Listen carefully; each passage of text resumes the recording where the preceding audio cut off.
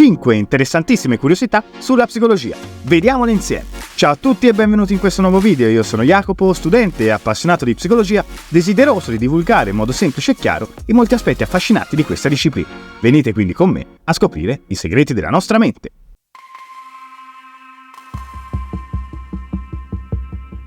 Prima di iniziare però vi ricordo di iscrivervi al canale così da non perdere le prossime uscite. Curiosità numero 1. La psicologia è una scienza giovane. Sebbene gli esseri umani abbiano sempre cercato di capire la mente e il comportamento, la psicologia come disciplina scientifica si è sviluppata solo alla fine del 1800. William Wundt infatti aprì il primo laboratorio di psicologia sperimentale nel 1879 in Germania.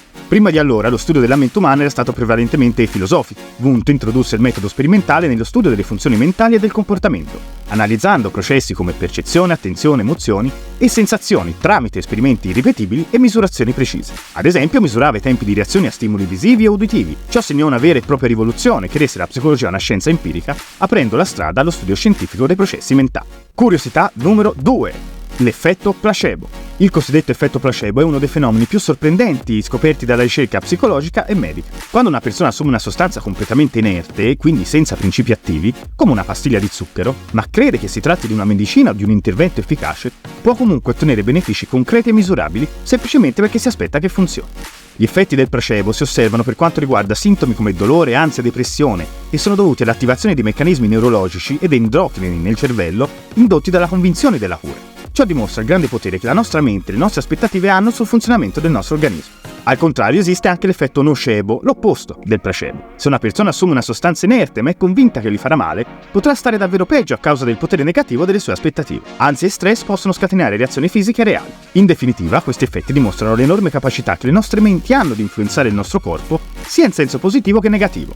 Le nostre convinzioni e aspettative, anche se non basate su elementi reali, possono modificare le funzioni fisiologiche e determinare un miglioramento o un peggioramento della salute e del benessere. La relazione mente-corpo è molto più stretta di quanto si pensasse in passato. Curiosità numero 3. I neuroni specchio. I neuroni specchio sono cellule speciali che si attivano nel nostro cervello quando facciamo un'azione o quando vediamo qualcun altro che la fa. Per esempio, si attivano sia quando prendiamo in mano una tazza, sia quando vediamo un'altra persona che prende una tazza. Sono stati scoperti negli anni 90 dal team di ricerca del neurologo Giacomo Rizzolatti dell'Università di Pari.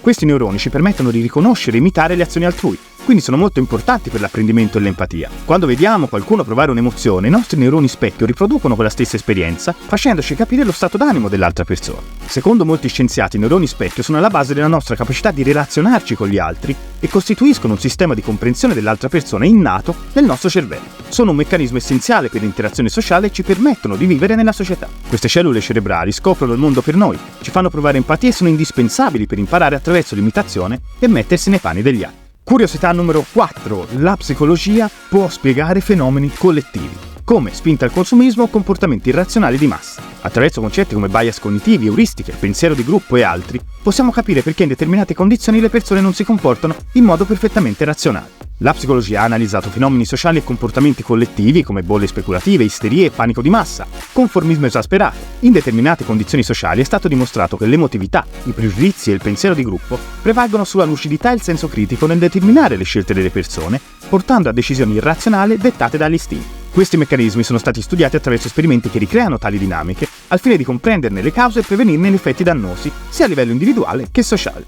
Ultima curiosità, l'effetto cocktail party. L'effetto cocktail party si riferisce ad un affascinante fenomeno cognitivo che dimostra la straordinaria capacità del nostro cervello di filtrare il rumore di fondo e concentrarsi su una conversazione o una voce specifica anche in un ambiente rumoroso come una festa affollata o una strada trafficata. Questa capacità cognitiva ci consente di prestare attenzione a ciò che è più rilevante e importante per noi, ignorando le informazioni uditive che ci distraggono. Mi raccomando, fatemi sapere qua sotto nei commenti se video del genere vi interessano, vi stimolano la curiosità o se volete approfondimenti specifici su uno di questi 5 temi. Ma come avviene il fenomeno del cocktail party? La moderna neuroscienza ha ulteriormente chiarito quelli che sono i meccanismi neurali alla base di questo effetto. La ricerca che utilizza tecniche di neuroimaging come la risonanza magnetica funzionale o l'elettroencefalografia ha dimostrato che quando ci concentriamo su una voce o una conversazione specifica, il nostro cervello mostra una maggiore attività nelle regioni associate all'attenzione, come la corteccia prefrontale.